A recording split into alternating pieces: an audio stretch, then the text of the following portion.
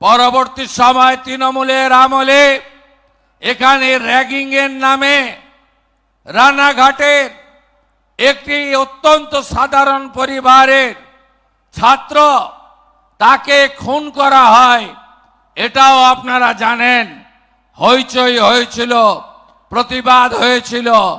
বাইরে ভারতীয় জনতা যুব মোর্চার কর্মসূচিতে আমি এসেছিলাম, যাওয়ার পথে গাড়ির উপরে লাফিয়ে পড়ল। আমি কাঁচ নামিয়ে জানতে চাইলাম, বলল আমরা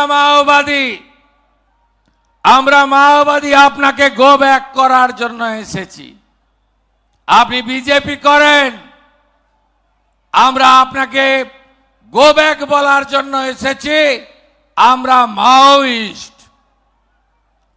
প্রকাশ্যে দাঁড়িয়ে সেই দিন পুলিশ বিরোধী দলনেতাকে আক্রমণ করতে যাওয়ার অপরাধে দুজনকে বাধ্য হয়েছিল থানায় নিয়ে যেতে।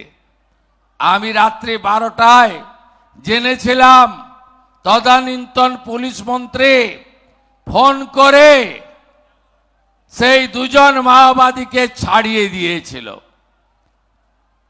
34 বছরের কমিউনিস্টরা তো খোলাখুলি রাষ্ট্রবিরোধী কাজ, সনাতন বিরোধী কাজ, ভারতীয় এবং বাঙালি পরম্পরাকে ধ্বংস করার জন্য প্রকাশ্যে মদত করেছে। তার পরবর্তীকালে তৃণমূল কংগ্রেসও এদের সঙ্গে সমঝোতা করে চলত। এরা ডিভিডেন্ড কি দিত? ডিভিডেন্ড একটাই দিত। কি ডিভিডেন্ড? নির্বাচন এলে এরা বলতো no vote to BJP, no vote to Narendra Modi.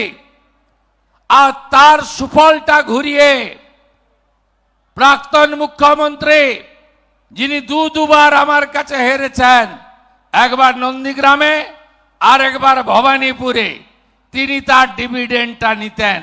তাই এই শক্তিকে এর ভিতরে বাঁচিয়ে রাখা হয়েছে।